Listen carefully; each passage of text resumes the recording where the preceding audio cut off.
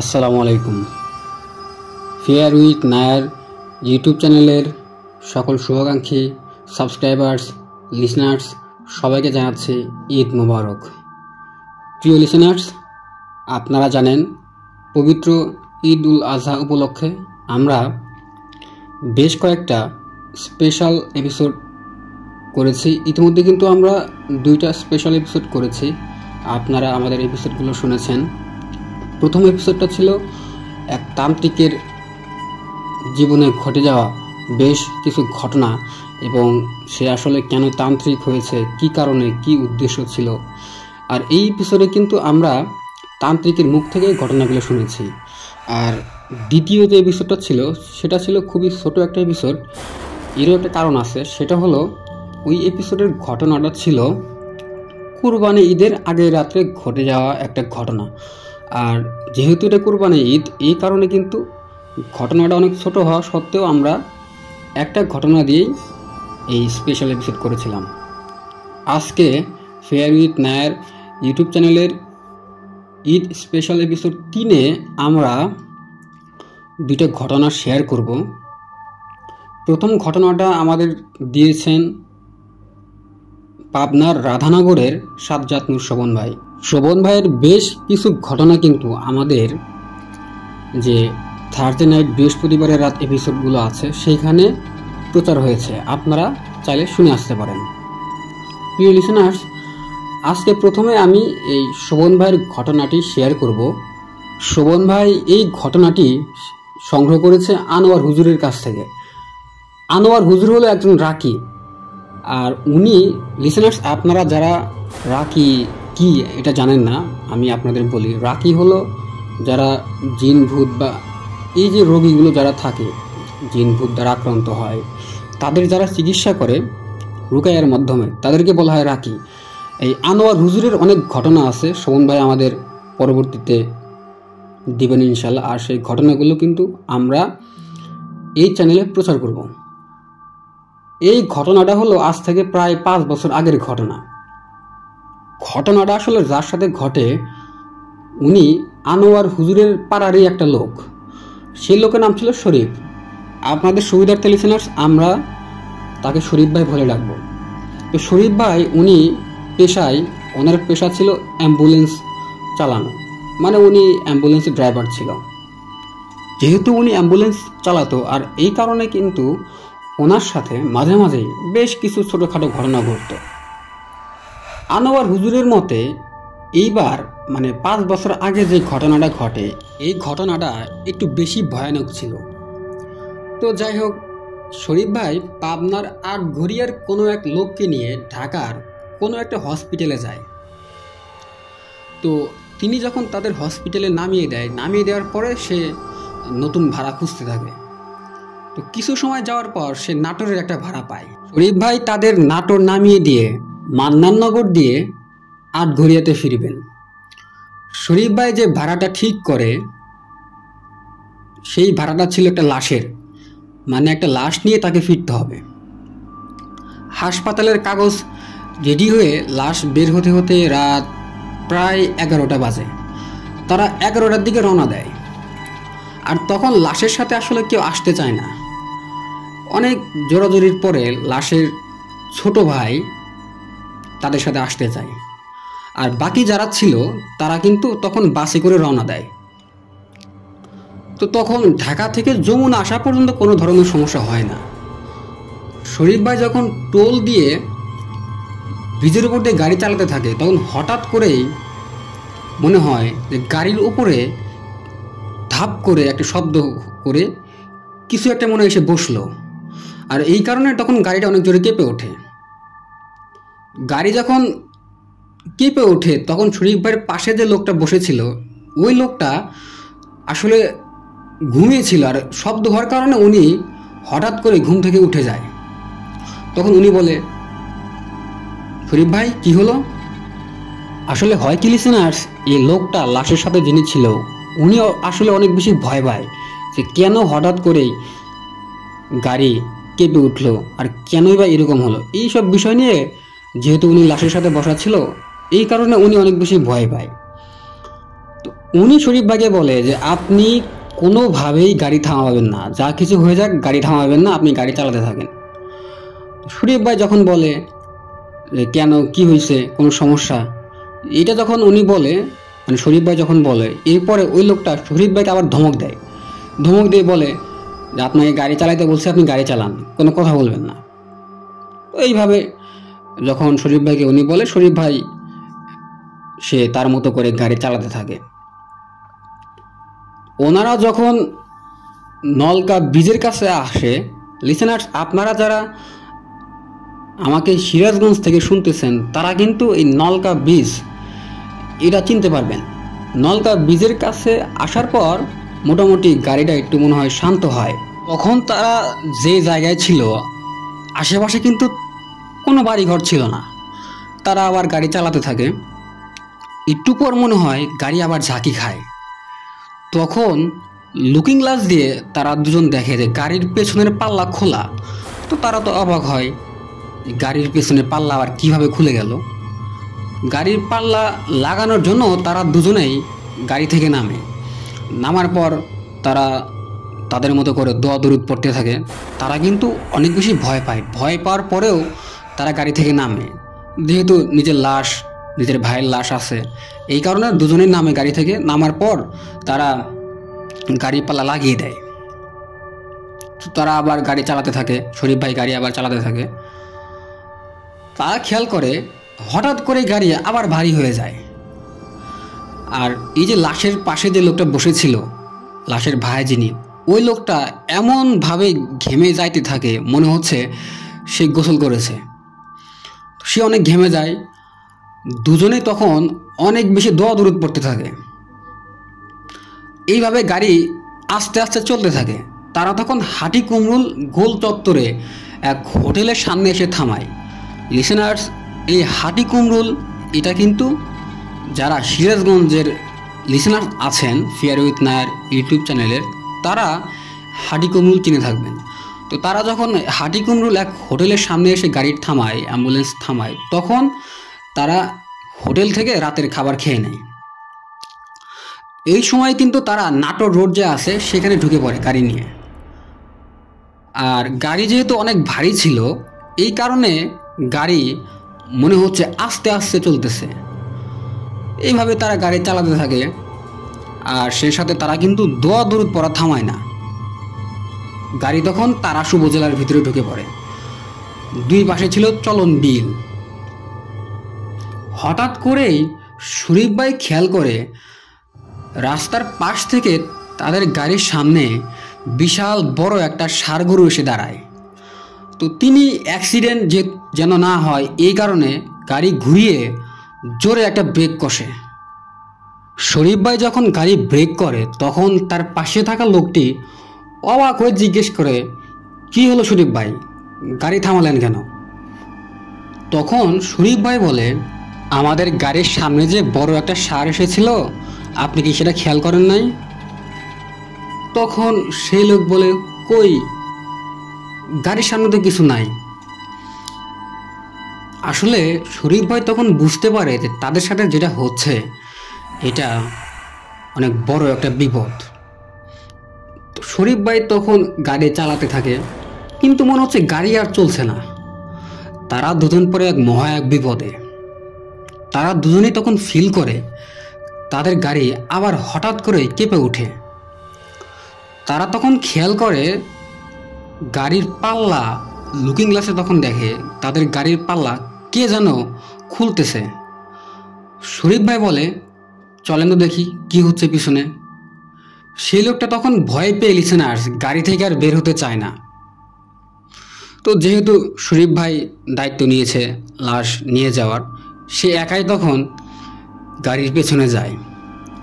সে তখন গিয়ে দেখে অনেক লম্বা, মানুষটা ছিল একদম স্বাভাবিক, কিন্তু এই মানুষটা অনেক লম্বা। এই লম্বা মানুষটা লাশ গাড়ি থেকে নামিয়ে নেওয়ার চেষ্টা করতেছে। মানুষটা ছিল অনেক লম্বা, কিন্তু অন্ধকারে তাকে স্পষ্টভাবে দেখা যাইতেছে না। আর এই মানুষের মতো অবয়বটা লাশটা নিয়ে পাশে যে একটা মাঠ ছিল, এই মাঠের দিকে যেতে চায়। আর শরীফ ভাই যেহেতু ছোটোখাটো বিষয় এগুলো জানতো, তাই সে ভয় না পেয়ে তখন সে করে কি, পাশ থেকে কিছু মাটি নেয়, আর মাটি নিয়ে দোয়া দরুদ আর সূরা পড়ে এই অবয়বের দিকে ছুঁড়ে মারে। তখন হয় কি লিসেনার্স, এই যে অবয়বটা ছিল অনেক লম্বা একটা অবয়ব, এই অবয়বটা অনেক জোরে একটা চিৎকার দেয়, আর চিৎকার দিয়ে সে লাশটা ফেলে রেখে পাশে যে মাঠ ছিল এই মাঠের দিকে চলে যায়। আর যখন সে চলে যাওয়ার সময় শরীফ ভাইয়ের দিকে খুব রাগী নজরে একটা তাকায়, আর সে যখন তাকায় তখন তার যে চোখ দুটো ছিল আগুনের মতো জ্বলজ্বল করতেছিল। লিসেনার্স, শরীফ ভাই যেহেতু এই অবয়বটার দিকে মাটি ছুঁড়ে মারে, এটা ছিল শরীফ ভাইয়ের বড় একটা ভুল। এটা কিন্তু আমরা পরবর্তীতে জানব। তখন যখন এই অবয়বটা মাঠের দিকে চলে যায়, ঠিক তার পরে আজানের শব্দ ভেসে আসে। আর যেহেতু আজান দিয়ে দেয়, তখন তারা মানে লাশের সাথে যে লাশের যে ভাই ছিল সে নিচে নামে, গাড়ি থেকে নামে, তারা দুজনেই তখন এই লাশটা নিয়ে গাড়িতে উঠায়। পরবর্তীতে আর কোনো সমস্যা হয় না, শরীফ ভাই ভালোভাবেই কিন্তু এই লাশটা নিয়ে তাদের যে গন্তব্যস্থল ছিল সেখানে দিয়ে আসে। এরপরে বেশ কয়েকদিন শরীফ ভাইয়ের সাথে আর কোনো সমস্যা হয় না। বেশ কিছুদিন পর হঠাৎ করে এক রাত্রে শরীফ ভাই স্বপ্নে দেখেন একটা কালো ষাঁড় তাকে মারার জন্য তাড়া করতেছে। এই একই স্বপ্ন সে প্রতিনিয়ত দেখতে পায়। একই স্বপ্ন যখন সে প্রতিদিন দেখতে পায়, প্রতিদিন রাত্রে, তখন কিন্তু সে ভয় পেতে থাকে। এক রাত্রে শরীফ ভাই স্বপ্নে দেখে কালো একটা ষাঁড় তাকে মেরে ফেলে তার পাশে এসে দাঁড়ায়। আর যখন এই ষাঁড়টা তার পাশে এসে দাঁড়ায়, তখন এই ষাঁড়টা তার রূপ চেঞ্জ করে সে যে গাড়ির পেছনে যে অবয়বটা দেখেছিল, লম্বা একটা অবয়ব, সেই অবয়বে পরিণত হয়। তো এই স্বপ্নগুলো যখন সে দেখার ফলে কিন্তু সেই রাতে ঘুমাতে পারে না। আর রাত্রে যেহেতু তার ঘুম হয় না, এই কারণে সে ঠিক মতো গাড়ি চালাতে পারে না। এত কিছু হয়ে যাওয়ার পরেও সে আনোয়ার হুজুরের সাথে এগুলো শেয়ার করে না। তো যাই হোক, একদিন সে একটা ভাড়া নিয়ে ফেরার সময় খেয়াল করে তার গাড়ি আগের মতো ভারী হয়ে গেছে। তো যখন গাড়ি ভারী হয়ে যায় তখন সে ভয় পায়। শরীফ ভাই তখন খেয়াল করে হঠাৎ করে একটা পাখি এসে তার যে লুকিং গ্লাস ছিল সেখানে সে বাড়ি খায়। তো শরীফ ভাই এটা দেখার জন্য গাড়ি থেকে নামে, যে আসলে কি হয়েছে, এই কারণে সে গাড়ি থেকে নেমে দেখতে যায়। শরীফ ভাই যখন লিসেনার্স গাড়ি থেকে নামার পরেই সে খেয়াল করে দূর থেকে কালো একটা ষাঁড় তার দিকে দৌড়ে আসতেছে। লিসেনার্স, এইটা যখন শরীফ ভাই দেখার পরে কিন্তু সে নিজেও দৌড়ানোর চেষ্টা করে। তখন আসলে শরীফ ভাই দৌড়াইতে পারতেছিল না। হঠাৎ করেই এই ষাঁড়টা তার কাছে এসে করে কি, তাকে জোরে একটা ধাক্কা দেয়। ষাঁড়টা যখন শরীফ ভাইকে ধাক্কা দেওয়ার পরে শরীফ ভাই অনেক দূরে গিয়ে পড়ে। ঠিক এরপরে শরীফ ভাই খেয়াল করে এই ষাঁড়টা ওই যে গাড়ির পেছনে কালো রূপী যে একটা অবয়ব ছিল মানুষের মতো, এই অবয়বে পরিণত হয়। ঠিক ওই সময়ে শরীফ ভাই খেয়াল করে তার গাড়ির পেছনে যে আলো ছিল, ওই আলোতে শরীফ ভাই খেয়াল করে এই অবয়বটা তার দিকেই হেঁটে আসতেছে। লিসেনার্স, এইটা দেখার পরে শরীফ ভাই আসলে নিজেকে ধরে রাখতে পারে না, সে তখন অজ্ঞান হয়ে পড়ে। তার যখন জ্ঞান ফেরে তখন সে নিজেকে হাসপাতালে আবিষ্কার করে। তো শরীফ ভাই সুস্থ হয় যখন, তখন আনোয়ার হুজুরের সাথে সে সব কিছু শেয়ার করে। সেই লাশের ঘটনা থেকে ষাঁড়ের ঘটনা সব কিছু কিন্তু তখন সে আনোয়ার হুজুরকে খুলে বলে। তো এসব শোনার পর আনোয়ার হুজুর বলে, বিষয়টা আমি দেখতেছি আসলে কি হয়েছে তোমার সাথে। হুজুর তখন তার যে জিন ছিল এই জিনদের খোঁজ দিতে বলে যে আসলে কি হয়েছে শরীফের সাথে। আনোয়ার হুজুরের অনুগত যে জিনগুলো ছিল লিসেনার্স, এই জিনগুলো খোঁজ নিয়ে আনোয়ার হুজুরকে সব বিস্তারিত বলে। তো আনোয়ার হুজুর তখন তার যে অনুগত জিন ছিল এই জিনদের জিজ্ঞেস করে যে কি জন্য এটা হয়েছে। জিনগুলো তখন বলে শরীফ যে লাশটা নিয়ে নাটোর গিয়েছিল ওই লাশটা ছিল এক কালো জাদুঘরের। শাহরুপি যে জিনটা ছিল এই জিনটা কালো জাদু করে এই লাশটাকে হাসপাতালে মেরে ফেলে আর অপেক্ষা করে লাশ নিয়ে যাবার জন্য। আর এই জিনটা যমুনা নদী থেকে তাদের উপর হামলা করে। এক পর্যায়ে সে গাড়ির সামনে গিয়ে গাড়ি থামিয়ে দেয়, গাড়ি থামিয়ে দিয়ে সে লাশটা চুরি করতে চায়। আর এই জিনটা যখন লাশ নিয়ে যাবে তখন শরীফ মাটি পড়া দিয়ে তাকে মারে। আর ওই সময় আজান দেয়, আজান দেওয়ার কারণে সে তখন কোনো কিছু করতে পারে নাই। এই কথাগুলো কিন্তু আনোয়ার হুজুরের যে জিন ছিল অনুগত সেই জিনগুলো আনোয়ার হুজুরকে জানায়। লিসেনার্স, এখানে কিন্তু আনোয়ার হুজুরের যে অনুগত জিন ছিল এই জিনগুলো আরও বেশ কিছু তথ্য দেয়। আর সেগুলো হলো, এই জিন যখন শরীফ ভাইয়ের থেকে লাশটা নিতে পারে না এই কারণে কিন্তু সে শরীফ ভাইয়ের উপরে অনেক ক্ষেপে যায়। আর ক্ষেপে যাওয়ার কারণে শরীফ ভাইয়ের স্বপ্নে এসে তাকে হুমকি দিতে থাকে। আর একদিন এই জিনটা শরীফ ভাইকে পেয়েও যায়। ওই রাত্রে শরীফ ভাইকে মারার জন্য সে শরীফ ভাইয়ের গাড়ি থামায়। আর তখন ষাঁড়ের রূপ নিয়ে এসে তাকে আহত করে। আর ওই সময় যেহেতু শরীফ ভাই গাড়ি চালাতেছিল রাস্তায় থাকার কারণে তখন তার পেছনে আরেকটা গাড়ি চলে আসে যখন, এই কারণে শরীফ ভাইকে সে আর কিছু করতে পারে না। হুজুর তখন এই জিনকে জিজ্ঞেস করে লাশ দিয়ে সে কি করবে। মানে লিসেনার্স, এই যে জিনটা যে আসলে লাশটা নেওয়ার জন্য বিভিন্নভাবে সে চেষ্টা করতেছিল, এই জিনটার কথাই কিন্তু আনোয়ার হুজুর তার যে অনুগত জিন ছিল তাদেরকে বলে। তো হুজুরের অনুগত জিন তখন বলে এই জিনটা লাশ নিয়ে তার যে কবিরাজ এই কবিরাজকে দিবে। আর কবিরাজ সে কিন্তু ইতিমধ্যে লাশ নিয়ে গেছে, লাশ দিয়ে সে কালো জাদু করতেছে। হুজুর তখন বলে জাদু করতেছে মানে? তার জিনগুলো তখন বলে কবিরাজটা লাশ ইতিমধ্যে নিয়ে গেছে আর সে লাশ দিয়ে বিভিন্ন কালো জাদু করা শুরু করে দিছে। হুজুর বলে লাশ কোথায়? তখন হুজুরের অনুগত জিনগুলো চলন বিলের একটা নির্দিষ্ট জায়গার কথা বলে। আর সেখানে নাকি কবিরাজ সে এই লাশটাকে দিয়ে কালো জাদু করতেছে। তো হুজুর তখন বলে আমরা আজকে যেভাবে হোক এই লাশ খুঁজে বের করব। হুজুর এরপর শরীফ ভাইকে নিয়ে সে লাশের বাড়িতে যায় আর সেখানে গিয়ে সে সব কিছু খুলে বলে। তারা সহ সে গ্রামের অনেকেই তখন গিয়ে দেখে যে এই লাশের কবরটা আসলে ঠিক আছে কি না। তো তারা যখন হুজুর, শরীফ ভাই আর গ্রামের বেশ কিছু লোক যখন এই কবরের কাছে যায় ঠিক তখন একজন খাদেম এসে বলে এখানে কি হয়েছে। তো হুজুর বলে এই কবরে কি কিছু হয়েছিল? খাদেম তখন বলে যে 4 দিন আগে এই কবরের কোনো এক কোনায় মাটি একটু উঠানো ছিল। আমি তখন ভেবেছিলাম যে এখানে হয়তোবা শিয়াল গর্ত করেছে। এরপর আমি মাটি দিয়ে এই গর্তটা ঢেকে দিই। এরপর হুজুর সব কিছু সে বুঝতে পারে।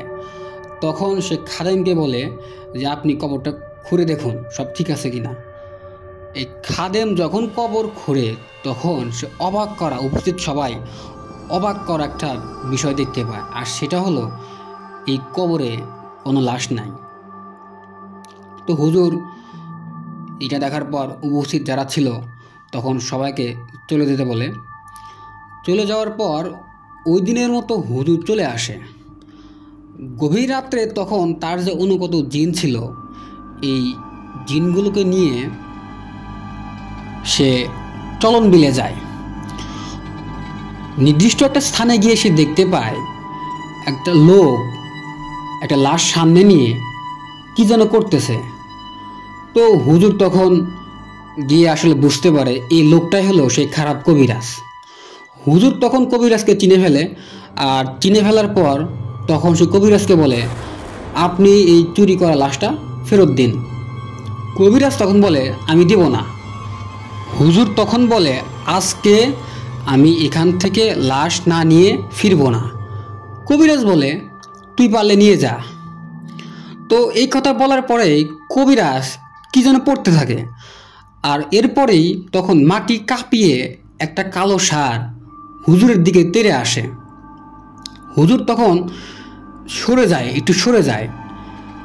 ষাঁড়টা যখন হুজুরের দিকে আবার তেড়ে আসে, ঠিক তখনই হুজুরের যে অনুগত জিনগুলো ছিল, এই জিনগুলো এই ষাঁড়ের সামনে এসে দাঁড়ায়, আর এই জিনগুলো তখন এই ষাঁড়টাকে থামিয়ে দেয়। তো জিনগুলো করে কি, হঠাৎ করেই একটা লাঠি নিয়ে এসে এই ষাঁড়টার মাথায় একটা বাড়ি দেয়, আর বাড়ি দেওয়া মাত্রই এই ষাঁড়টা মনে হলো বালির মতো একদম ঝরে পড়ে গেল। তো এটা দেখে এই কবিরাজ সে তখন হুজুরকে বলে, আমি তোকে ছাড়ব না। এই কথা বলেই সে দৌড়ে পালিয়ে যায়। তো হুজুর তখন লাশের যে ভাই ছিল, এই ভাইকে ফোন দেয় শরীফ ভাইয়ের মাধ্যমে। ফোন দিয়ে সে তাকে ডেকে নিয়ে আসে। এরপর সে এই লাশটা তার ভাইকে বুঝিয়ে দেয়, বলে আর কোনো সমস্যা হবে না। তো তারা তখন এই পচা গলা লাশটা নিয়ে যায়। এরপর কেটে যায় বেশ কয়েকটা মাস।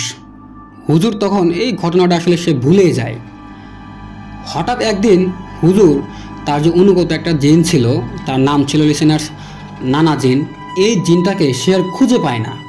মানে কোনোভাবেই যতবারই ডাকা হয় এই জিনটাকে, হুজুর কোনোভাবেই এই জিনটার আর কোনো সাড়া পায় না। তো হুজুর তখন নিরুপায় হয়ে রাইসুলকে স্মরণ করে। লিসেনার্স, এই রাইসুল হলো হুজুরের আরেকটা অনুগত জিন। তো রাইসুলকে হুজুর তখন সব কিছু খুলে বলে।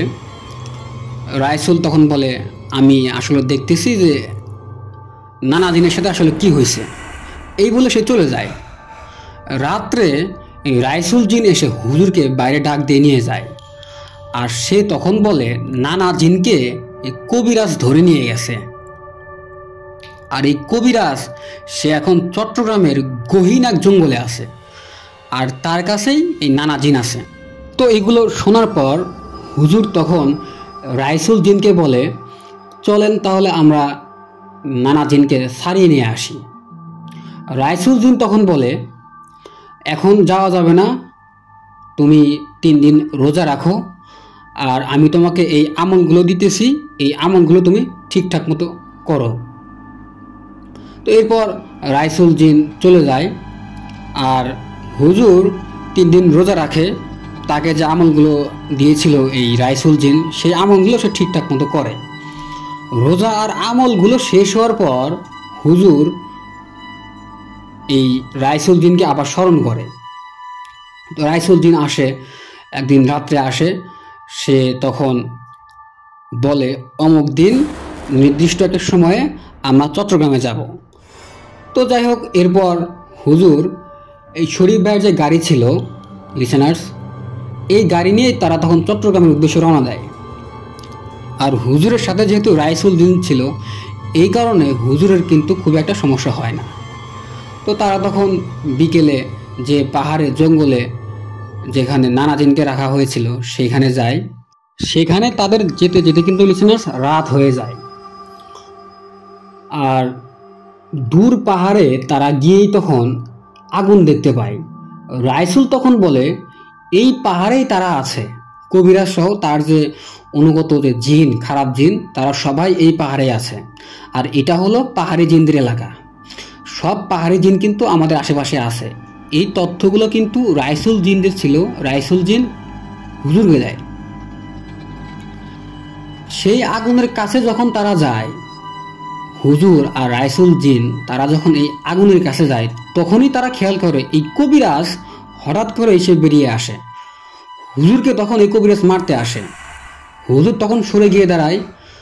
আর এই যে রাইসুল জিন ছিল, এই রাইসুল জিন কিন্তু কবিরাজের সাথে সে লড়াই করে। এক পর্যায়ে হয় কি লিসেনার্স, কবিরাজের কাছে যে একটা বোতল ছিল, আর এই বোতলের মাঝে কিন্তু নানা জিন সে বন্দী ছিল।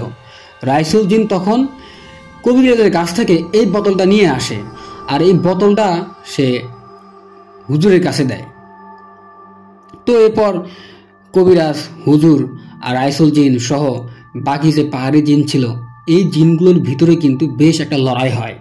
তো এক পর্যায়ে রাইসুল জিন, সে যেহেতু লিসেনার্স ভালো জিন ছিল আর সে ছিল অনেক শক্তিশালী একটা জিন, আর এই কারণেই পাহাড়ি যে জিনগুলো ছিল সেই জিনগুলো কিন্তু এক পর্যায়ে সেখান থেকে চলে যায়। জিনগুলো যখন সেখান থেকে চলে যায় তখন এই যে কবিরাজ, সেও কিন্তু জঙ্গল যে ছিল লিসেনার্স, এই জঙ্গলের ভিতরে পালিয়ে যায়। তো পরবর্তীতে হুজুর, শরীফ ভাই সহ তারা সেখান থেকে চলে আসে। এর বেশ কিছুদিন পর হুজুর রাইসুল জিনের মাধ্যমে জানতে পারে এই যে কবিরাজ ছিল লিসেনার্স, এই কবিরাজকে নাকি এই পাহাড়ি জিনগুলো হত্যা করে। মানে লিসেনার্স, কবিরাজকে এই যে পাহাড়ি জিনগুলো ছিল, এই জিনগুলো কবিরাজকে মেরে ফেলে। এর পরবর্তীতে শরীফ ভাই, হুজুর, তাদের সাথে কিন্তু আর কোনো ধরনের ঘটনা ঘটে নাই, স্বপ্নে বা বাস্তবে অন্য কোনো ঘটনা ঘটে নাই। শরীফ ভাই পরবর্তীতে সে তার স্বাভাবিক জীবনে ফিরে আসে, সে এখন সুস্থ আছে এবং তার কোনো ধরনের আর সমস্যা হয় না। তো লিসেনার্স, এটাই ছিল ঘটনা। আমি আশা করি এই ঘটনাটি আপনাদের বেশ ভালো লেগেছে। আপনারা অনেকেই অ্যাম্বুলেন্স সহ কালো জাদুর ঘটনা শুনতে চান, আর এই ঘটনার ভিতরে কিন্তু অ্যাম্বুলেন্স সহ কালো জাদুরও ঘটনা আছে। আর আমি আশা করি এই ঘটনাটি আপনাদের ভয়ের যে অনুভূতি আছে সেই অনুভূতিকে অনেক বেশি ত্বরান্বিত করেছে।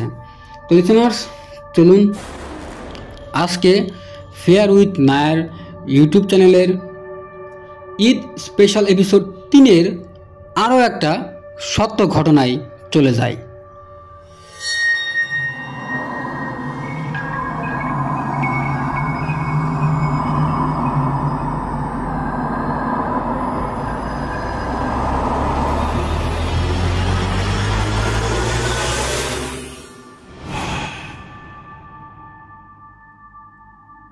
স্বাগত জানাচ্ছি প্রিয় লিসেনার্স, আজকে ফেয়ার উইথ নায়ার ইউটিউব চ্যানেলের ঈদ স্পেশাল এপিসোড 3-এর আরও একটা সত্য ঘটনায়।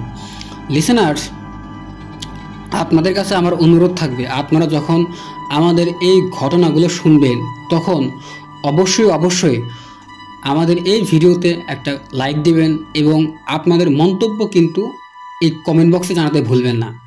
আর যারা সত্যিকারের ভৌতিক ঘটনা শুনতে পছন্দ করে তাদের সাথে আমাদের চ্যানেলের লিঙ্কটা শেয়ার করতে পারেন। প্রিয় লিসেনার্স, এখন আমি যে ঘটনাগুলো আপনাদের সাথে শেয়ার করব, এই ঘটনাগুলো আমি সংগ্রহ করেছি জামালপুর জেলার সদর উপজেলার 11 নং কৈডোলা ইউনিয়নের শাহবাজপুর গ্রামের কোন একজনের কাছ থেকে। লিসেনার্স, উনি ওনার নাম প্রকাশে অনিচ্ছুক শর্তে আমাদের এই ঘটনাগুলো প্রকাশ করার অনুমতি দিয়েছেন। আর ঘটনা বলার সুবিধার জন্য আমরা তার ছদ্মনাম হামিদা ব্যবহার করব। আর যেহেতু এই ঘটনাগুলো ওই গ্রামে, শাহবাজপুর গ্রামের প্রচলিত ঘটনা, এই কারণে ঘটনার সাথে যারা জড়িত আছে তাদের প্রত্যেকেরই আমরা ছদ্মনাম ব্যবহার করব। প্রিয় লিসেনার্স, আপনারা যারা জামালপুর সদর উপজেলার 11 নং কৈডোলা ইউনিয়নের শাহবাজপুর গ্রাম থেকে শুনবেন, তারা কিন্তু এই ঘটনাগুলোর সত্যতা আমাদের কমেন্ট বক্সে জানাতে পারেন। আর ঘটনাগুলো আমি এই কারণে বললাম প্রিয় লিসেনার্স, আমি আজকে ওই গ্রামের মানে শাহবাজপুর গ্রামের বেশ কিছু ছোট ছোট ঘটনা আপনাদের সামনে উপস্থাপন করব। তো চলুন কথা না বাড়িয়ে আজকে ঘটনায় চলে যায়। প্রথমে যে ঘটনাটি আমি আপনাদের সাথে শেয়ার করব, এই ঘটনাটা উঁচু একটা ভিটাকে কেন্দ্র করে। লিসেনার্স, এই শাহবাজপুর গ্রামে উঁচু ভিটাকে কিন্তু কান্দা বলা হয়। আর এই কান্দাটা ছিল হামিদা বেগমের বাড়ির ঠিক পেছনেই, আর তার বাড়ির পেছনে কিন্তু একটা পুকুরও ছিল। এই যে কান্দা, এই কান্দা কিন্তু লিসেনার্স ধান ক্ষেত যে থাকে, এই ধান ক্ষেতের ঠিক মাঝখানে অবস্থিত হয় এই কান্দাগুলো। তো যাই হোক, গ্রামে প্রচলিত আছে এই কান্দার কাছে যদি কেউ যায় একা একা, তাহলে সে তার যে নির্দিষ্ট পথ, এই পথ সে হারিয়ে ফেলে। লিসেনার্স, এই যে কান্দা ছিল শাহবাজপুর গ্রামে, এই কান্দার কাছে কেউ যদি যেত, যে কোনো সময় হোক, সেটা দিনে, রাত্রে বা দুপুরে বা সকালে, যে কোনো সময় কেউ যদি এই কান্দার কাছে যেত, তাহলে নাকি সে তার যে পথ, এই পথ সে হারিয়ে ফেলত। আর হারিয়ে ফেলার পর সে এই যে কান্দা, এই কান্দার চারদিকে ঘুরপাক খেত, মানে সে কোনোভাবেই তার যে নির্দিষ্ট পথ, এই পথে সে আর যেতে পারত না। লিসেনার্স, গ্রামে কিন্তু এটাকে কানাওয়ালা ধরা বলে। আর যখন কাউকে এই কানাওয়ালা ধরতো, তখন সেই মানুষটা যদি তার যে কাপড় ছিল, এই কাপড় উল্টো করে পড়তো, তখন এটা নাকি ঠিক হয়ে যেত। মানে লিসেনার্স, ধরুন আপনি সেই কান্দার নিকট ঘুরতেছেন, আর আপনি আপনার যে রাস্তা, সেই রাস্তাটা চিনতে পারতেছেন না, ভুলে গেছেন। তখন যদি আপনি আপনার কাপড় উল্টো করে পরেন, তখনই আপনার এই অবস্থা ঠিক হয়ে যাবে। প্রিয় লিসেনার্স, আপনারা এখানে একটা প্রশ্ন করতে পারেন, সেটা হলো, যদি কোনো মহিলা মানুষ কানাওয়ালাতে আক্রান্ত হতো, তাহলে তারা কিভাবে তাদের যে নির্দিষ্ট পথ সেটা চিনতে পারত? লিসেনার্স, কোনো মহিলা যদি কানাওয়ালাতে আক্রান্ত হতো, তখন তারা কিন্তু তাদের যে নির্দিষ্ট পথ সেটা আর তখন চিনতে পারতো না। তখন তারা এই যে কান্দা ছিল, এই কান্দার চারদিকে ঘুরপাক খেত।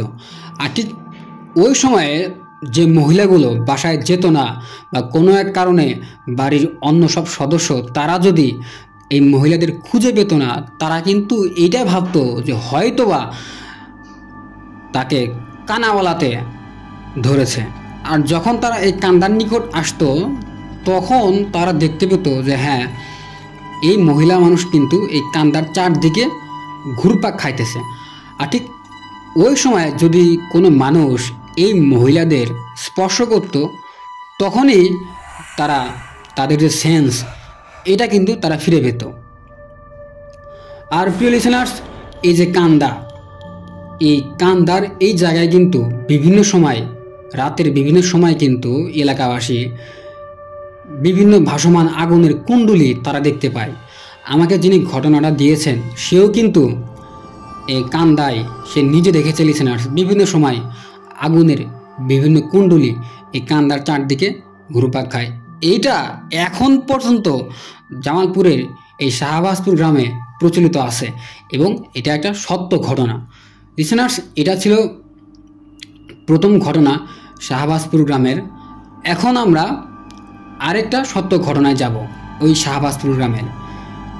আর এই ঘটনাটি ঘটে আজ থেকে প্রায় 22 থেকে 24 বছর আগে। যিনি আমাকে এই ঘটনাটা পাঠিয়েছেন, এই ঘটনার একজন প্রত্যক্ষদর্শী উনি নিজেও। লিসেনার্স, আপনারা অবশ্যই জানেন, আজ থেকে 23-24 বছর আগে গ্রামে যে পরিমাণ গাছগাছালি ছিল, এই পরিমাণ গাছগাছালি কিন্তু আজ আর নাই। তো যাই হোক, ঘটনার দিন বিকেলবেলা যিনি আমাদের ঘটনাটা দিয়েছেন, তিনি কোনো এক বাড়িতে যান গরুর দুধ আনতে। তো তিনি যেখানে দুধ আনতে যান, এই বাড়িটা ছিল তার বাড়ি থেকে হেঁটে যেতে 5 থেকে 7 মিনিটের রাস্তা। আর যেখানে সে দুধ আনতে যায়, তার বাড়ি ছিল রাস্তা ঠিক পাশেই। রাস্তা থেকে নেমে প্রথমে ঘন বাঁশঝাড়, আর তারপরে ছিল তার রান্নাঘর। লিসেনার্স, এই যে রান্নাঘরটা ছিল কিন্তু যিনি আমাদের ঘটনাটা দিয়েছেন তার রান্নাঘর। তো রান্নাঘরের সামনে উঠান, এরপর তার ঘর। তো তিনি যখন দুধ নিয়ে বাড়িতে ফিরতেছিলেন, তখন মাগরিবের আজান দিয়ে দেয়। আর তিনি যখন রাস্তা থেকে নেমে বাঁশঝাড়ের নিচ দিয়ে তার বাড়িতে যাচ্ছিলেন, তখন তিনি দেখতে পান তার রান্নাঘরের পেছনের যে বাঁশঝাড় ছিল, ওইখানে 4 থেকে 5 বছরের 3 থেকে 4টা বাচ্চা খেলাধুলা করতেছে। আর এই বাচ্চাগুলোর চেহারা ছিল ভীষণ কালো, মানে একদম কুচকুচে কালো। এই বাচ্চাগুলো কিন্তু তিনি তার গ্রামে, তার বাড়ির আশেপাশে আগে কখনো দেখে নাই। তো যাই হোক, তিনি যখন এই বাচ্চাগুলোকে প্রথমে দেখে, সে ভেবেছিল হয়তোবা বাড়ির পাশে বা কোনো আত্মীয় স্বজনের বাচ্চা। আর এই বাচ্চাগুলোকে দেখার পরে সে তাদেরকে বলে, এই তোমরা কাগর বাড়ি পুনাই গো, সন্ধ্যা লাগছে, বাড়ি যাও। এখনো বাড়ি যাও না কেন? লিসেনার্স, এই পুনাই মানে কিন্তু পোলা। আঞ্চলিক ভাষাতে ওই গ্রামে পুনাই বলা হয়। পোলা মানে লিসেনার্স আপনারা সবাই জানেন যে ছোটো ছোটো বাচ্চাদের কিন্তু পোলা বলা হয়। তো যাই হোক, এই কথা বলার পর তিনি দেখতে পায় এই বাচ্চাগুলো তারা আস্তে আস্তে যে বাঁশ ছিল লিসেনার্স, এই বাঁশ ঝাড়ে যে বাঁশগুলো ছিল, এখানে আস্তে আস্তে তারা এই বাঁশ বেয়ে বেয়ে উপরের দিকে উঠে যাইতেছে। এটা দেখার পরে কিন্তু সে খুব বেশি ভয় পায় না। এটাতে সে স্বাভাবিকভাবে নেয় যে বাচ্চাগুলো হয়তোবা এই বাঁশ ঝাড়ে খেলা করার জন্য উপরে উঠতেছে। তো তিনি এই বাচ্চাগুলোকে বকতে বকতে তার বাড়িতে যান এবং তার মাকে সবগুলো খুলে বলে। তার মা তখন এইগুলো শুনে বলে, তুই কি ওই বাচ্চাগুলোকে কিছু করছস? এগুলো কি সাধারণ কোনো বাচ্চা? তুই কি এটা জানোস? যা এখন গিয়ে দেখ, ওই বাচ্চাগুলো এখন আর সেখানে নাই। তো লিসেনার্স, এই কথা শোনার পর আমাকে যিনি ঘটনা দিয়েছেন উনি আবারও সেই বাঁশ ঝাড়ে যায়। ওইখানে গিয়ে দেখে এইখানে আর কোনো বাচ্চা নাই।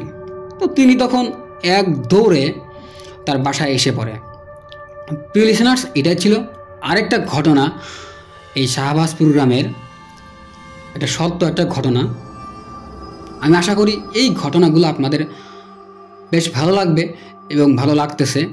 গ্রামে কিন্তু অনেক সময় লিসেনার্স আমরা এমন সত্য ঘটনা আমরা শুনতে পাই। আর আপনি যদি লিসেনার্স আপনার মা চাচি বা দাদি বা নানি বা দাদা দাদি তাদের কাছে যদি ঘটনা শুনতে চান, তখন দেখবেন যে তারা কিন্তু এই সেম ঘটনা আপনাদের সাথে শেয়ার করতেছে। তো লিসেনার্স, এখন আমরা আরেকটা সত্য ঘটনায় চলে যাব, শাহবাজপুর গ্রামের। এই ঘটনাটি ঘটে আজ থেকে প্রায় 30-40 বছর আগে। যিনি আমাদের ঘটনা দিয়েছেন তার প্রতিবেশী এক ভাইয়ের সাথে। তো লিসেনার্স,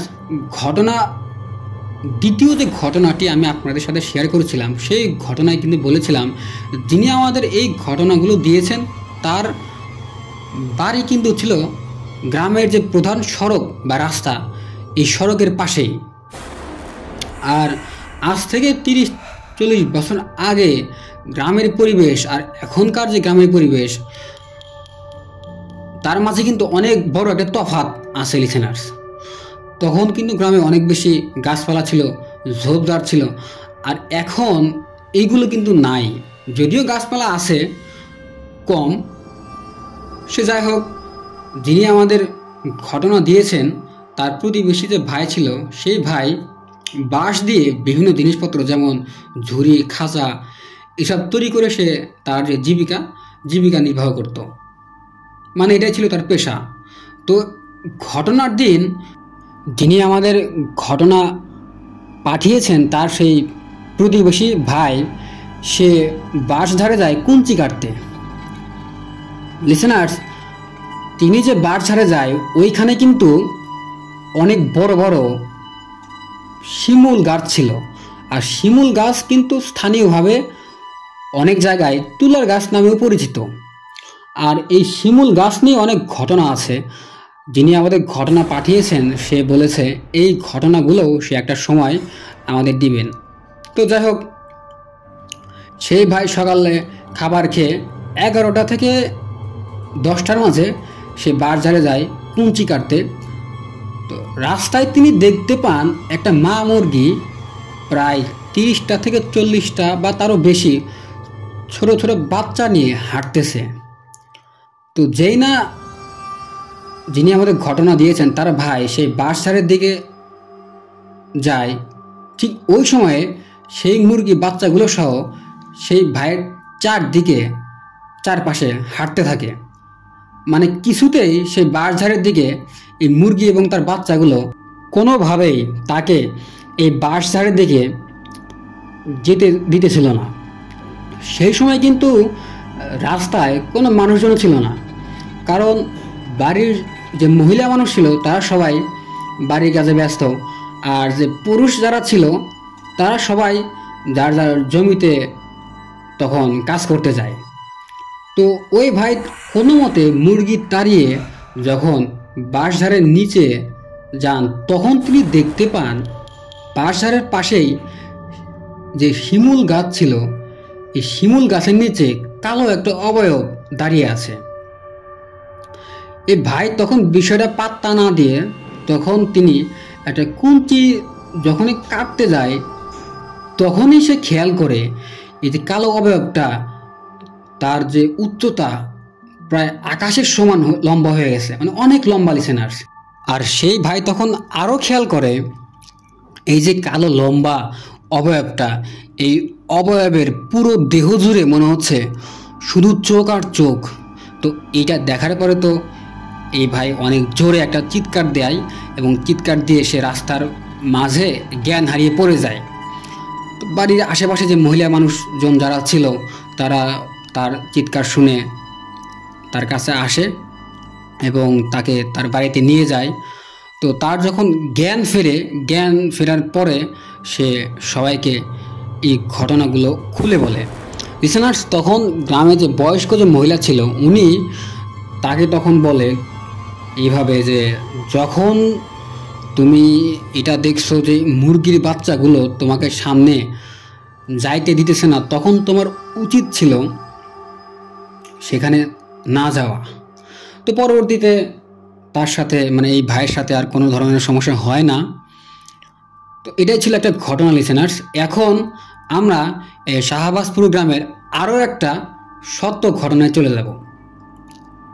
লিসেনার্স, এই ঘটনাটি ঘটে, যিনি আমাদের ঘটনা দিয়েছেন তার চাচাতো ভাইয়ের মেয়ে রহিমার সাথে।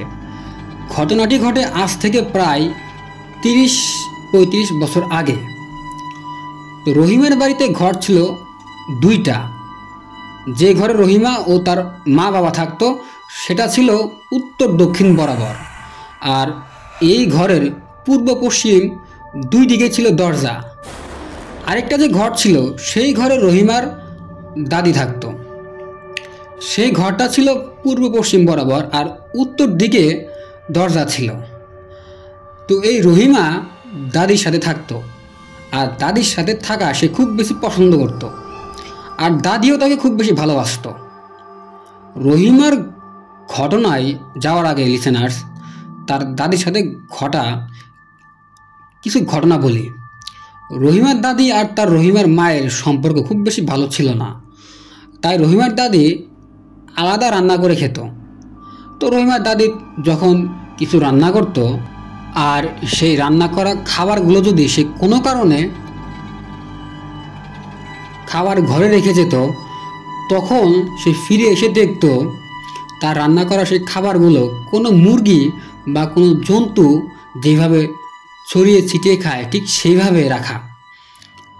কিন্তু খাবারগুলো তিনি ঢেকে রাখার পরেও এই খাবারগুলো যদি সে রান্না করে রেখে যেত, খাবারগুলো কিন্তু বিছানার ঢাকা থাকতো, আর ভেতরে ছিল এই অবস্থা। মানে দেখে মনে হতো কোনো মুরগি বা কোনো জন্তু জানোয়ার এগুলোকে মনে হয় ছড়িয়ে ছিটিয়ে খেয়েছে।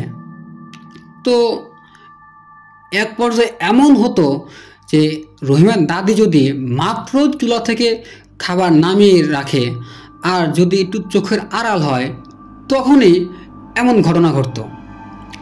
হামিদা সহ গ্রামের অনেক মানুষই এই ঘটনা দেখেছে। তো যাই হোক, এখন রহিমার সাথে যে ঘটনা ঘটেছে লিসেনার, সেই ঘটনায় যাওয়া যাক। তো রহিমা ছোট থেকেই অনেক সুন্দরী ছিল।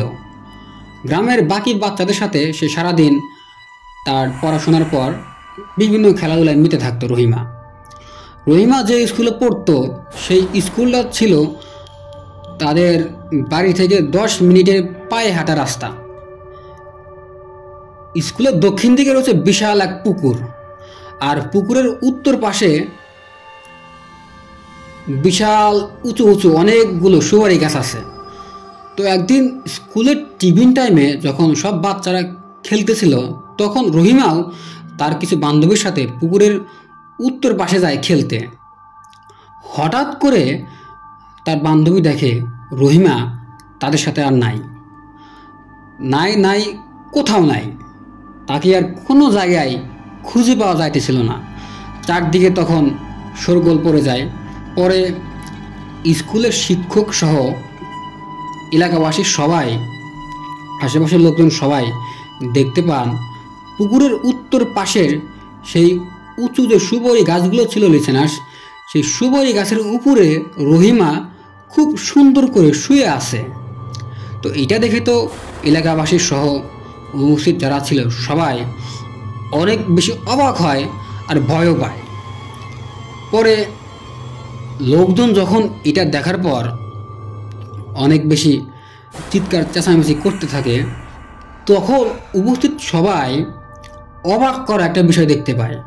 আর সেটা হলো, মনে হচ্ছে অদৃশ্য কেউ একজন রহিমাকে আস্তে আস্তে উপর থেকে নিচে নামাইতেছে, আর খুব সুন্দর করে নিচে নামানোর পরে তাকে মানে রহিমাকে মাটিতে শুয়ে দিয়ে যায়। গ্রামের লোকজন সবাই এই দৃশ্য দেখতে পায়। তো যাই হোক, রহিমাকে যখন নিচে নামিয়ে দেয় তখন সবাই দেখে রহিমা খুব সুন্দর করে ঘুমাইতেছে। পরে স্কুলের যারা শিক্ষক ছিল তারা রহিমার বাবাকে ডেকে নিয়ে আসে এবং এই ঘটনা খুলে বলে।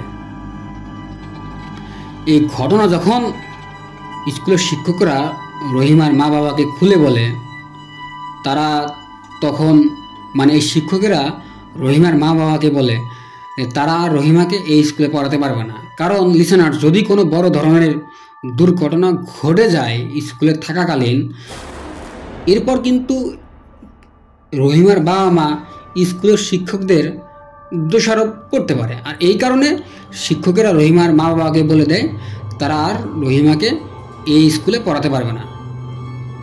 তো যাই হোক, এইভাবে রহিমার লেখাপড়া বন্ধ হয়ে যায়। আর রহিমা সারাদিন কাটতো তখন গ্রামের বাচ্চাদের সাথে খেলাধুলা করতে। তো গ্রামে তখন ফেরিওয়ালা বাড়ি বাড়ি ঘুরে কিন্তু ডিম কিনতো। লিসেনার্স, এটা কিন্তু আপনারা আপনাদের গ্রামেও দেখতে পাবেন যে অনেক সময় কিন্তু গ্রামে বিভিন্ন ফেরিওয়ালা আসে, আর তারা ঘুরে ঘুরে গ্রামের বাড়ি থেকে বিভিন্ন বাড়ি থেকে ডিম কেনে। তো একদিন রহিমা বাড়ির আশেপাশের বাচ্চাদের সাথে তাদের বাড়ির পাশে যে বাঁশঝাড় ছিল সেখানে খেলতেছিল। সেই বাঁশঝাড়ের বাঁশগুলোর কুঞ্চি মানে খুবই কম ছিল। অনেক সময় আমরা বিভিন্ন বাঁশ দেখতে পাই লিসেনার্স, আর এই বাঁশগুলোর কিন্তু কুঞ্চি কম থাকে। দূর থেকে দেখলে মনে হতো বাঁশের মাথায় কোনো ফুল ফুটে আছে। মানে লিসেনার্স, এই বাঁশগুলোর কুঞ্চি কম থাকতো, কিন্তু ওপরের দিকে বেশ কিছু কুঞ্চি থাকতো, আর দূর থেকে দেখলে মনে হতো এখানে একটা ফুল ফুটে আছে। তো যাই হোক, ডিমওয়ালা যখন সেই বাঁশঝাড়ের নিচ দিয়ে যাইতেছিল তখন সে দেখতে পায় সেই বাঁশের মাথায় একটা বাচ্চা মেয়ে মানে রহিমা শুয়ে আছে। এই যে ডিমওয়ালা, সে কিন্তু এই রহিমাকে চিনতো, যেহেতু সে মাঝে মাঝে এই গ্রামে আসতো। তো সে তখন দেখতে পায় এই বাঁশের উপরে, একদম উপরে রহিমা শুয়ে আছে। তো এটা দেখার পরেই সে ডিমওয়ালা হাঁক ডাক শুরু করে দেয়, চিৎকার চেঁচামেচি শুরু করে দেয়। তো তখন সে বলে, কাগর বাড়ির পুনাই গো, দেখো বাঁশের মাথায় উঠে গেছে। মানে সে তার লিসেনার, তার যে আঞ্চলিক ভাষা ছিল সেই ভাষায় সে বলে। তো তার এই কথা শুনে আশেপাশে সবাই চলে আসে। সবার সামনেই এই রহিমা শূন্যে ভাসতে ভাসতে লিসেনার্স মাটিতে নেমে আসে। রহিমার পরিবার তখন এই ঘটনাটা দেখার পর তারা অনেক বেশি চিন্তিত হয়ে পড়ে। তারা তখন ভাবতে থাকে যে রহিমার সাথে আসলে কি ঘটতেছে। এই স্কুলে একবার এমন ঘটনা ঘটে, আবার এখন এই ডিমওয়ালা এমন ঘটনা দেখতে পায়। লিসেনার্স, যখন রহিমার সাথে এমন ঘটনা ঘটে, রহিমা যখন উপর থেকে নিচে নামে, তখন কিন্তু উপস্থিত সবাই এটা দেখতে পায়। তো এরপর রহিমার পরিবার বিভিন্ন ওঝা, কবিরাজ, হুজুর দেখানোর পরেও কোনো সমাধান তারা পাইতেছিল না। পরে অনেক খোঁজাখুঁজির পর তারা জামালপুর সদর উপজেলার চন্দ্রা নামক কোনো এক গ্রামে এক হিন্দু কবিরাজের সন্ধান পায়। তারা তখন জানতে পারে এই কবিরাজ নাকি বিভিন্ন সময় সফলতার সাথে অনেক জিনে ধরা রোগীর চিকিৎসা করে। আর সেই কবিরাজ স্থানীয় লোকজন যারা ছিল তাদের কাছে কোচ নামে পরিচিত ছিল। তো যাই হোক, যিনি আমাদের ঘটনা দিয়েছেন সে এই কবিরাজের নামটা মনে করতে পারে না, কিন্তু আঞ্চলিকভাবে সে সবার কাছে কোচ নামে পরিচিত। আসলে সেই কবিরাজকে সবাই এই কোচ বলে ডাকতো। আর কোচ বলে ডাকার কারণে তার যে আসল নামটা ছিল লিসেনার্স, এই আসল নামটা সবাই সেইভাবে মনে করতে পারে না। হিন্দুদের মধ্যে যারা বাঁশ দিয়ে বিভিন্ন জিনিসপত্র তৈরি করত তাদেরকেই আসলে কোচ বলা হতো। আর এই যে কবিরাজ ছিল সেও কিন্তু বিভিন্ন সময় বাঁশ দিয়ে বিভিন্ন জিনিসপত্র তৈরি করত। তো যাই হোক, তারা তখন এই কোচের কাছে যায়। তখন সব শুনে এই কোচ বলে, আমি আপনাদের বাড়িতে যাব। তো তারপর কোচ একটা নির্দিষ্ট দিনে সেই বাড়িতে আসে, মানে রহিমাদের বাড়িতে আসে। এরপর সে এই কোচ আর নিজের মতো করে রিচুয়াল শুরু করে দেয়। এরপর এই কোচ জানতে পারে রহিমার দাদির সাথে কালী নামক এক জিন আছে, যার কারণে রহিমার দাদির সাথে বিভিন্ন সমস্যা হতো। রহিমা যেহেতু সবসময় তার দাদির সাথে থাকতো, লিসেনার্স, আমরা কিন্তু এই ঘটনার শুরুতেই আপনাদের বলেছি রহিমা তার দাদির সাথে থাকতে খুব বেশি ভালোবাসতো। তো রহিমা যেহেতু সবসময় তার দাদির সাথে থাকতো, তাই তার দাদির মৃত্যুর পর সে জিন রহিমার সাথে থাকা শুরু করে। আর সে রহিমাকে ছেড়ে কোথাও যাবে না, সে রহিমার সাথে থাকতে চায়। তো পরে কোচ যখন বিভিন্নভাবে সে জিনকে কষ্ট দেওয়া শুরু করে, তখন এক পর্যায়ে সেই জিন এই কালী জিন রহিমাকে ছেড়ে যেতে রাজি হয়। তখন সেই কালী জিন এই কোচকে বিভিন্ন শর্ত দেয়। তো এই মাঝে একটা শর্ত ছিল, তাকে একটা পাঠা দিতে হবে। আর এই কোচ যখন রহিমের পরিবারকে এই কথাগুলো খুলে বলে, এই কালী জিনের যে শর্তগুলো যখন খুলে বলে, তখন রহিমার পরিবার এই শর্তে রাজি হয়। তো এরপর এই কোচকে একটা পাঠা দিয়ে দেয় রহিমার পরিবার। এই কোচ এরপর কিন্তু এই পাঠাকে এই কালীর উদ্দেশ্যে বলি দেয়। তো তারপর থেকে লিসেনার্স, রহিমা সুস্থ হয়। পরবর্তীতে রহিমার সাথে কিন্তু আর কোনো ঘটনা ঘটে না। লিসেনার্স, আপনি একটু কল্পনা করুন যে একজন মানুষকে, একটা বাচ্চা মেয়েকে আপনি দেখতে পারতেছেন উপর থেকে, একটা বাঁশঝাড়ের উপর থেকে সে একা একাই নিচে পড়তেছে। প্রিয় লিসেনার্স, এটা কিন্তু কোনো স্বাভাবিক ঘটনা না। তো যাই হোক, এই যে রহিমা, উনি এখনও বেঁচে আছেন এবং তার স্বামী সন্তান নিয়ে অনেক বেশি সুখে আছেন। পরবর্তীতে ওনার সাথে আর কোনো ধরনের যে ঘটনা ঘটা, এরকম কোনো ঘটনা ঘটে না। তো এই কোচ যখন রহিমার পরিবারকে সব কিছু বলে এবং বলার পরে যখন পাঠা বলি দেওয়ার পরে সে তার পরিবারকে বলে, এখন রহিমা চাইলে পড়াশোনা সহ সে তার নিজের মতো বিভিন্ন কাজ করতে পারবে। তো এরপর কোচ থেকে যখন রহিমার পরিবার এই কথাগুলো শোনার পরে কিন্তু তারা, রহিমার বাবা মা, রহিমাকে আবার স্কুলে ভর্তি করে দেয়। তো লিসেনার্স, এটাই ছিল ঘটনা। আমি আশা করি এই ঘটনাটাও আপনাদের অনেক বেশি ভালো লেগেছে। আর এগুলো ছিল আসলে ঘটনা লিসেনার্স। যিনি আমাদের ঘটনা পাঠিয়েছেন সেই শাহাবাজপুর গ্রামের, আমরা কিন্তু তার মোট 4টা ঘটনা এখন আপনাদের সাথে শেয়ার করলাম। যদিও ঘটনাগুলো অনেক ছোট ঘটনা, এগুলো কিন্তু সত্য ঘটনা লিসেনার্স। প্রিয় লিসেনার্স, আমি আশা করি এইসব ঘটনাগুলো আপনাদের অনেক বেশি ভালো লেগেছে। আর আজকে ঈদ স্পেশাল 3 এপিসোডে যে ঘটনাগুলো ছিল সব ঘটনাগুলোই আমি আপনাদের সাথে শেয়ার করেছি। আমি জানি না লিসেনার্স, এই ঘটনাগুলো আপনাদের ভয়ের যে অনুভূতি কতটুকু সেই অনুভূতিকে জাগাতে পারবে। তবে আমি আশা করি আপনারা যদি আমার এই ঘটনাগুলো শুনেন তাহলে অবশ্যই আপনাদের যে ভয়ের অনুভূতি আছে লিসেনার্স, সেই অনুভূতিকে অবশ্যই ত্বরান্বিত করতে পারবে আমার এই ঘটনাগুলো। প্রিয় লিসেনার্স, আপনারা কিন্তু আমাদের ঘটনা বাড়াতে ভুলবেন না। আপনার সাথে যদি কোনো ঘটনা ঘটে থাকে বা আপনার এলাকায় প্রচলিত আছে এমন কোনো ঘটনা, বা আপনার বন্ধুবান্ধবের সাথে কোনো ঘটনা আছে, সেই ঘটনাগুলো কিন্তু আপনারা চাইলে আমাদের জানাতে পারেন। আর আমাদের ঘটনা অনেক বেশি প্রয়োজন। আমাদের যেহেতু ইউটিউবে নতুন যাত্রা শুরু, আর যেহেতু আমরা সবসময় চেষ্টা করি সত্য ঘটনা আপনাদের সামনে উপস্থাপন করার জন্য, এই কারণে আমাদের ঘটনা অনেক বেশি প্রয়োজন। অনেকেই অনেক সময় আমাকে ইনবক্সে বা সামনাসামনি বলে থাকেন যে আপনি চাইলে ঘটনা বানাতে পারেন, ঘটনা বানিয়ে বললে লিসেনার্সরা বেশি ভালো করে শুনবে এবং তাদের মাঝে ভয়ের একটা অনুভূতি সৃষ্টি হবে। কিন্তু লিসেনার্স, আমি কখনোই নিজে থেকে কোনো ঘটনা বানিয়ে আপনাদের সামনে উপস্থাপন করব না। যদি এমন হয় যে আর ঘটনা আপনারা আমাদেরকে দিচ্ছেন না, তখন আমি আসলে আমাদের এপিসোডগুলো, রেগুলার যে এপিসোড আছে সেগুলো করা বন্ধ করে দেব।